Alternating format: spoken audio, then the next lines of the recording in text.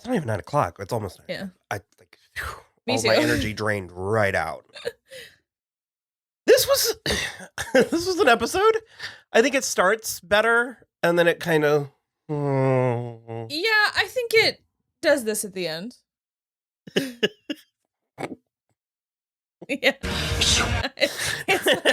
It's like this, and then it's like straight down, and then straight back. Well, there's a lot happening. Yeah.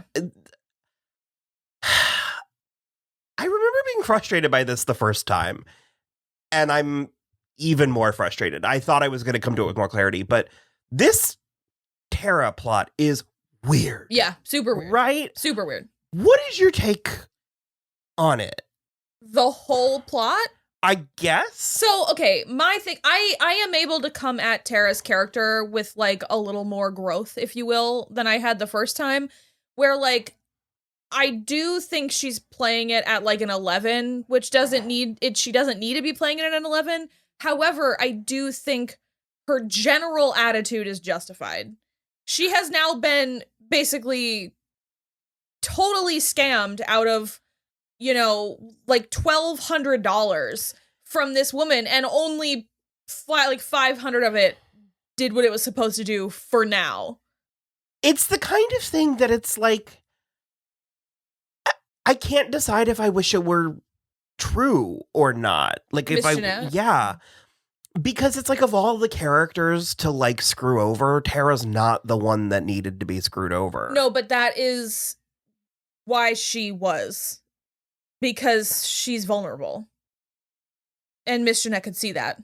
Okay. I didn't think about it that way. Yeah. So the thing is like, Letty Mae went seeking this out. And so the reason that it's like working for Letty Mae is because what Miss Jeanette or Nancy or Karen or whatever her name is. The Grand Dame Aisha Hines. Basically, she's like, Faith can do a lot. Because I do like that angle, and I like that it happened, and I think it's really, really interesting to contrast it in the same episode that confirms there are shapeshifters, werewolves, and an additional... and other stuff. ...thing. Yeah.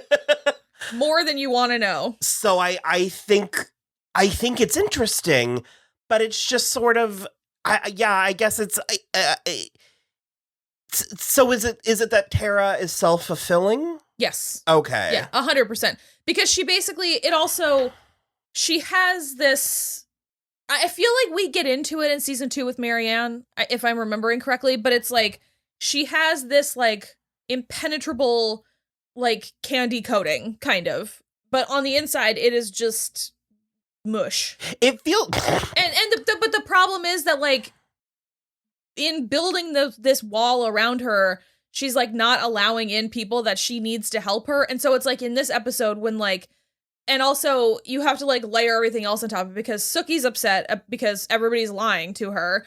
And so she's coming at Tara with the wrong attitude. And so Tara's like, well, fuck you too. And so it's like, basically by the end of this episode, Tara, in having said for the entire series up to now, I don't need anybody, I am enough, has now alienated herself from everyone, and she is not enough, as we well know. I think what my issue is that I think it's a level of, I'll go as far as to say sophisticated storytelling in a show where the surrounding plots are relatively soapy. Yeah. Mm-hmm. And so I think it leaves it feeling, it makes me feel like they're like the joke's on me. Like it makes me feel like there's something I don't understand. 100%.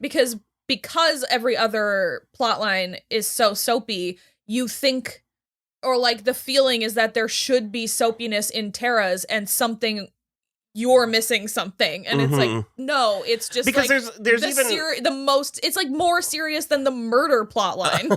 Because the scene where she, and it's an interesting scene. It's well done, albeit a little contrived, but where she runs into Miss Jeanette, and there's part of me where I'm just like, okay, fine. So like witches got to have a day job too. Yeah. So I'm sort of like, because Miss Jeanette drops it real quick. She does, yeah. And part of me is kind of like, you could have kept the scam going. Like, I don't know. It because I am curious. I do feel robbed of what Tara, like what would have happened if Tara didn't run into her into Miss Jeanette. Mm-hmm. I think she would have been fine for a while, but It would have come back. It would have come back because that's the thing is she ultimately doesn't have the faith that Letty Mae has. Mm-hmm. And so, like, I actually don't remember if Letty Mae relapses or not, but...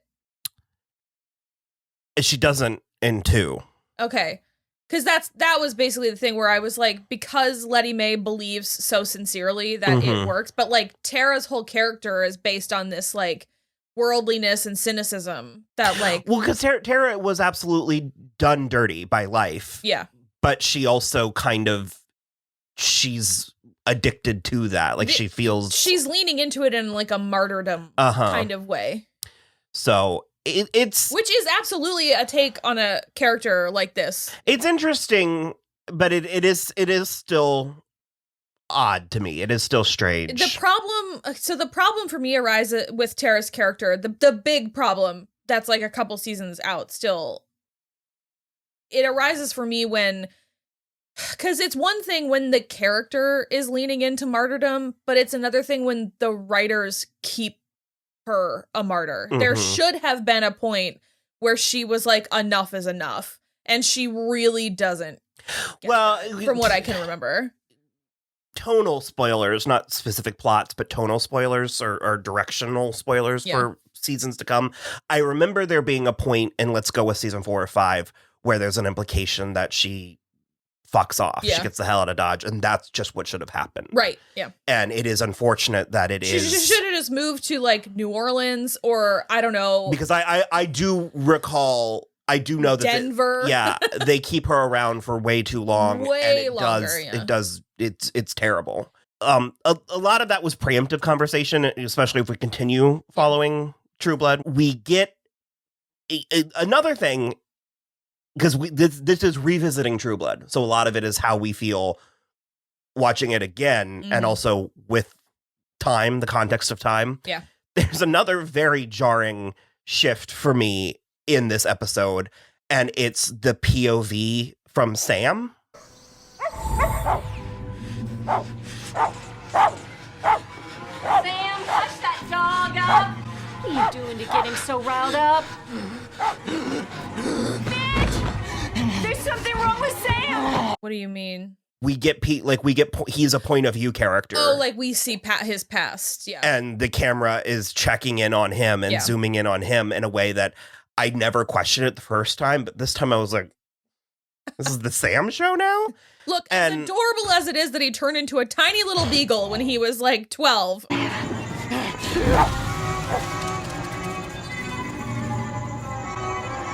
Sam.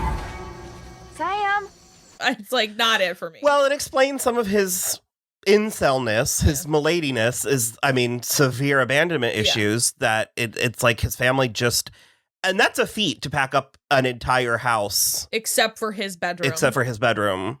In less than 12 hours. Yeah, presumably a school day. You think he was at school? I thought he came back. He's wearing clothes, so yeah, maybe you're right. Oh, okay. Oh, I guess it was a full moon. They just were like, go, go, go, go. Yeah, like they've been waiting for this moment. All right, you set people on the move. Let's go, go, go. That's sadder. Way sadder. I mean, it explains some stuff. I'm jumping all around, but we have this bizarre chase scene at the end where Sookie is attacked.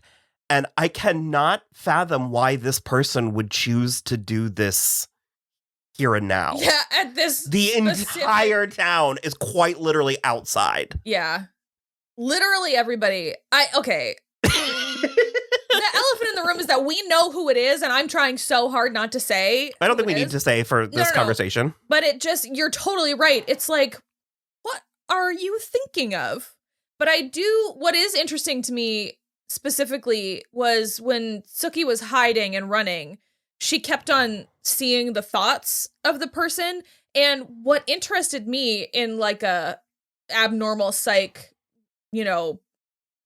true crime kind of situation is that the way they were thinking was as if all that was on their mind was the previous murders, just like chasing the high of the previous murders. I don't know. It was sort of fascinating to me. Well, Sookie has said several times that thoughts are different. Yeah. Different people's thoughts are different, and different thoughts are different. Like sometimes it's images, sometimes it's yada yada. It's very strange. And well, because now I'm the one that was like, we don't need to talk about who it is. And now I'm like, the next thing I want to say is about who it is. Yeah. So I guess, spoiler alert, if you're watching this along with us, reveal. There's like a major tip off in this episode when he's dancing with Sookie, and it's real subtle. What? It just the way that, because he's been peanut gallery kind of the whole time, and just the way he's talking to her about Bill. Okay. It's very sort of like, I don't have nothing against vampires, you know that. But you're a good girl, Sookie. I think you deserve better. Because again, the metaphor here is the othering of people, racism, sexism, homophobia, yada yada. And I find it interesting because there are people who are outwardly hateful towards the vampires, but he basically pulls a now it's the metaphor speak. He basically pulls a I'm not racist, but the thing about it for me that makes it is that Anna Paquin is really exceptional at her job, and so is Michael Raymond-James. And it's the two of them doing this together that I think is the only reason it works. Like, that's what makes it work. We do get a lot of, I forget how, because I mentioned Peanut Gallery, I forgot how Peanut Gallery Hoyt was in this entire season, because he becomes more leading man material later. Like, pretty early in season 2. And this this rebellion he has with his mother. I've been keeping an eye on you, Hoyt. That is your third beer, and that is too many. You set that down right now. You know, I plan on having about 6 more beers. And enough tequila to drown a Mexican sea captain, woman. And he just walks because the context, because it's Rene and Jason and Hoyt are talking about it, because that's another fucking Rene, where he's telling Jason about putting her in her place, and he says something about how it's in their DNA. I knew there was a second part. He was like, they're coded to, and I was like, You say, woman, this is what I want. This way it's gonna be. And if she don't like it deep down, she'll respect it. She can't help it. It's in her DNA. Fact. And it's because you know me, it's like I take people at their word. I take people at face value so frequently. And so if someone's being very nice to me and then says something like totally out of pocket, my brain's blown. I'm sort of like, well, what do I believe? And you're like, they're a bad person. And I'm like, because I'm having the same issue with Amy. Yeah. Where it's like, oh, she's putting it on in this episode. The nice girl? Yeah. Okay. Yeah. She's putting that on, which is why poor Eddie keeps calling her a psychopath. And she is one. She's totally crazy. Well, you pointed out, because I felt I would have fallen for it. But when she's like, I went to Guatemala and blah, blah, blah, blah, blah, blah. So don't give me this. And you were like, oh, but you're the one that invoked that. Because she's like, you were like, you can't use that as insurance when you're the one. Because she's talking about how she's like morally superior to him because she went and helped these kids build a well so they could have fresh water and like crops that didn't give them dysentery. And you don't even know the first thing. And I was like, yeah, but you're using that as moral currency, in which case it means nothing. It voids it. It totally voids it. Like, we've all watched The Good Place. We know you're doing it for points. Therefore you lose points. Like, it doesn't count. And so that basically is her whole vibe. I think she registered more gray to me the first time I watched this. Well, then she's like, and my carbon footprint is 0. It's just like... Because that's the elephant in the room, is I love how, considering the role she was first famous for, which was Janice in Mean Girls, I find it hilarious how fucking hot she is. So like... hot. You should also watch Masters of Sex, viewer. It's very good. But yeah, I find it's like I said, it's a level. There are so many layers to the show, and they're all functioning at different degrees. Because it's like, and that's what I was saying 2 or 3 episodes ago about Amy, where I was like, part of me wishes we spent more time with her. Mm-hmm. So it could be more show and not tell. The thing is, again, like I said with the Anna Paquin and or the Sookie and Rene thing, I think Amy works on the strength of Lizzie Kaplan alone. Like, I still think she works. She's just so much broader than I read her as when we were 22. Well, and it's like, because she's doing... Also, just for the record, sorry, her carbon footprint is 0 because she doesn't have any fucking bills in her name, and she is just living off of other people. Those people have carbon footprints. Jason drives a humongous truck. She's got a lot of nerve. I said that in one of our earlier things where I was like, how many times has she done this? Yeah. This is either the first or the 100th. Yeah. You know what I mean? Agreed. And so it's like... well, she seems to know a lot because she starts punching Eddie's arm and he's like, what the fuck? And she's like, you have a clot. Yeah. And it's like, she knows what she's doing. And it's very interesting because they spend the entire all of this season so far is showcasing what a jackass Jason is. Mm-hmm. And I think in order to sort of like tip the scales a little bit, we needed to bring someone in to contrast him against. Yeah. And I do find it interesting how much of the show is what people show the world and what people, because it's like she presents very nice and good and perfect because everybody keeps talking about how she's the best girl and how that he's ever dated and a lot of the yada yada. And meanwhile, she's fucking nuts. Mm-hmm. And just contrasting that against the vampires and stuff, because we also have this tribunal with Bill. It's just because of Jessica. Well, yes, Jessica, I love the Magister. I couldn't remember how much he was in the show. Not super often, but he's an actor I really like. Okay. And I am going to try my hardest to pronounce his extremely Slovenian name, which is Zeljko Ivanek, I think. Brothers and sisters of the Tribunal, is this fair? Is this just? He's amazing. I love him a lot, and just his whole vibe as the Magister is great. The whole scene I really enjoy because it's basically like Bill. Well, before we get in, himself. I appreciate what you want. He's got 5 episodes. I actually appreciate the Mad Max of it all. Yeah. In that he also just is kind of sitting on like a lazy boy, that's just like on top of a car. This is season 1. Yeah, it's real season 1 budget. And sometimes necessity is the mother of invention. And so it's like, I do appreciate the fact that they clearly were just trying to make this work. Yeah. And because I don't love when this show attempts to, like Fantasia, Vampires by Way of Disney World. And I feel like if they were given any more budget, we'd be looking at Party City. You know what I mean? Like. So they did better than Party City with less budget? Yeah. Okay. I think their hands were tied and they had to make do. Okay, and so there's something about like, I just sort of buy this like arena, this Texas arena, or I guess Louisiana. I don't know. It's the kind of thing that I remember when it was happening. I was like, I think I imagined there being more like in Twilight, they go to the Volturi and it's in Rome and it's all in like, Venice. Well, oh no, yeah. Italy. Whatever. Yeah. And so there's something kind of hodgepodge about it, but I do ultimately think it works. So for me, okay, I think it works with what we've already seen in the show.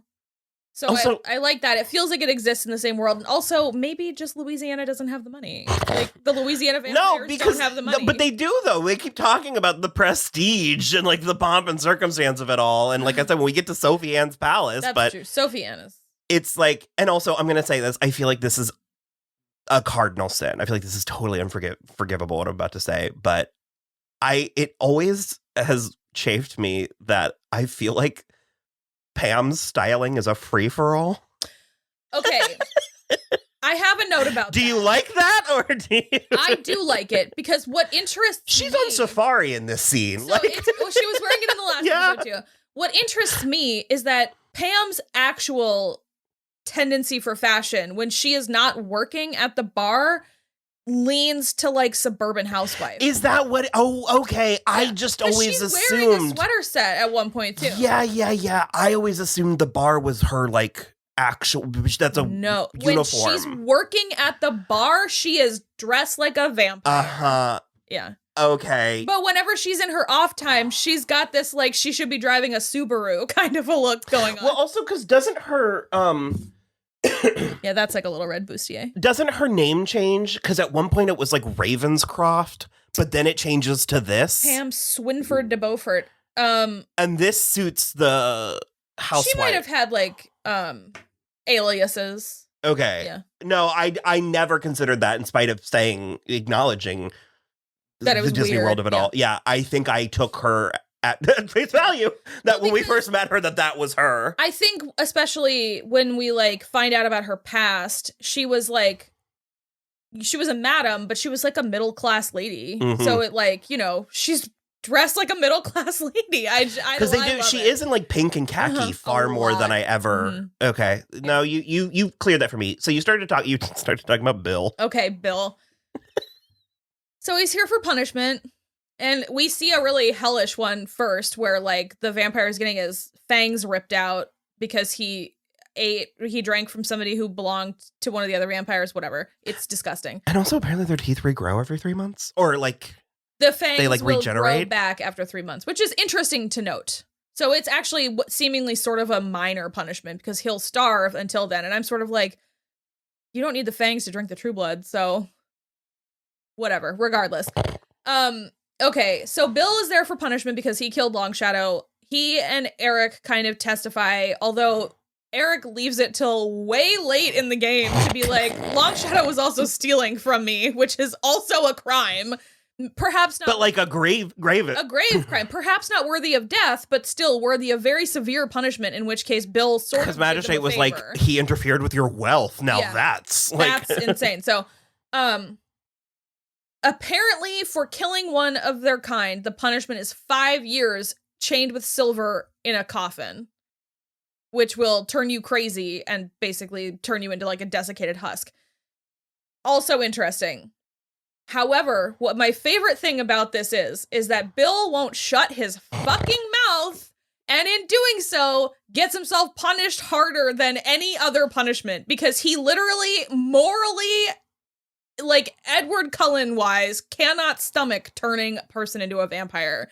And so that becomes his punishment. it's very. I remember when I was 6 years old and I got in trouble.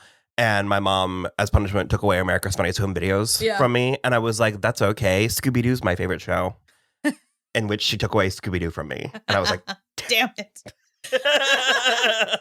So Bill basically said, that's okay. Yeah, fine. Put me in the coffin. I'll do anything except for turn someone into a vampire. And so the magistrate is like, ha! It's Deborah Ann Wall for the back seats. No, it's all right. No, no, let go of me, no! right. Stop it! Stop! No!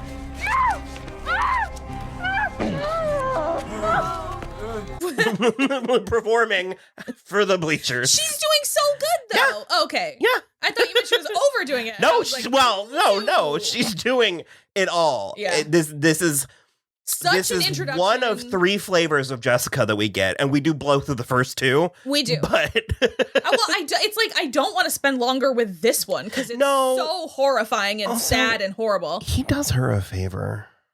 He does with her fucking churchy parents. Because don't they like weirdly retcon? I think her parents were like was her dad like a molester or something? I don't remember. I feel like we revisited at one point. We meet them in season 2. I think they're terrible. Oh, doesn't she come out to them? I don't know. We're not watching that. They're We're not super terrible. She's on this show, by the way, in case you're watching it with us for the first time. Deborah Ann Wall remains on the show. She's in this relationship. So this was my introduction to her. For both of us, I think, because she was in very little before this, and it has become a lifelong love affair. I love everything she's in. It's ridiculous. But again, like you were saying, I was like, we don't want more of this flavor because it's so tragic and hellish, and we don't want more of the second flavor because the writers did her dirty for those 2 episodes. But I was gonna say, it's like real quick. It's real quick. She's terrible for like 2 episodes. Very like teenager, just got like the keys to the like Camaro or whatever. And then after that, she is a beloved member of the cast for the rest of the series. And one of the few who actually survives the like final season. Not like life-wise, like character-wise. Yeah. Yeah. The show doesn't assassinate her character. Character-wise, she is intact the entire way through. But yeah, so he ends up turning her, and we will follow the repercussions of that going forward. But I am so pumped we're finally here with Jessica because I love her so much. We're going so long, but whatever. We got more of Weird Terry. Yeah.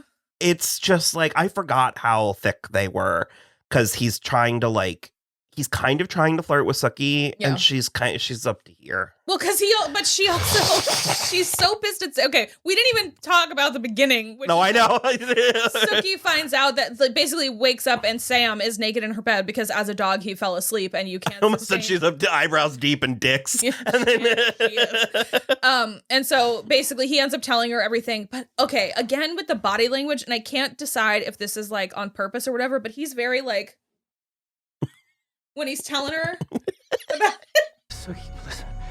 Bill asked me to look after you while he was away. Did he ask you to do it buck naked? No. You can't see it, but my legs are as wide as they can go under the table. He's just like, yeah, this is how it is, Sookie. And it's disgusting body language. I hate it. I hate every minute of it. Because she's all so furious with him. But also it's like, she tries to pull some moral high ground because she's upfront about who she is. Debatable. Well, everybody knows. Yeah. She's not upfront about it. She doesn't have a card that she hands people explaining her whole deal.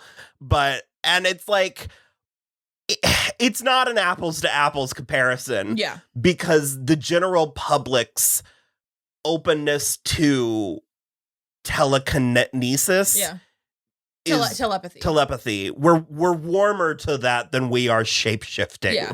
And so it's like I don't know. She also goes 0 to 60 immediately thinking he's the murderer, although why he would have broken in and fallen asleep on her bed just to then later murder her is beyond me. So yes, but if Sam were a murderer, that is something he would. I need the companionship first. Yeah, let me take a quick nap. It's weird. Yeah. Arlene's a bit of a bridezilla, and also this is also only an engagement party. It's not even related to the wedding yet. Well, and it's like she has illusions that it's like a debutante. Yeah. Ball. I don't know what it is, but yeah. Andy tries to catch Sam in the lie again about the nudist colony, and Tara. I would be more annoyed if it weren't competent on his part. Sure. Well, it's like over competent on his part because it's like, so he told a lie about his family. That what does that mean? Anything? But Andy's right, where it's like, I mean, because he's like, who are your people? We don't know you. I don't know. It's very, very weird. I did write, we're well past this, but I did wrote that I laughed out loud when Jeanette is just reading Tara for filth. Yeah. And just, why? And it's like, I mean, it's not wrong. It's not wrong. Tara in a drunken, we know one thing is that she was drunk. Super drunk. Wearing her senior prom dress. He's go to 11. Yeah. She's driving down the road and there is a nude woman and a hog standing in the road. Mm-hmm.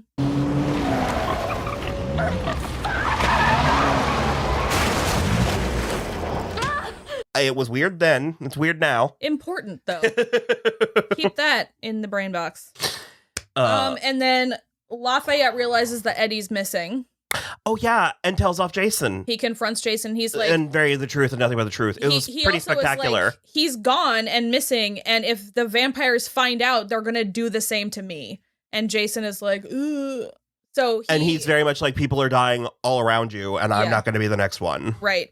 And so he and Amy are like arguing because they've both been lying to each other. Jason's been feeding Eddie True Blood, and Amy finds the proof, but Jason doesn't say anything, and then Amy doesn't say that she knows. And so it's like a whole thing. And so they're arguing about what to do with Eddie, and Jason is like, I'm letting him go. And Amy instead grabs a plank of wood and takes him. And then bye-bye Stephen Root. It's an actual shame. I would have been very curious to see his relationship with Jason progress, because I think he could have bettered Jason. Yeah. And I think he already kind of was. Yeah. Because at this point, I feel I feel we're very close to a reckoning. With I think the next episode It's not very long. is a reckoning Doesn't with last a long. couple of people. Sure. So mixed. I think it was a very mixed bag, success-wise, and this was doing a lot. Well, I think this was our longest talk about an episode, so there was clearly a lot going on. And like I said, we dance around because we were getting into things to come. Yeah. But so, all right. Well, that was episode 10 of True Blood. We'll be back next week. Bye. I wanna do real bad things with you. Ooh.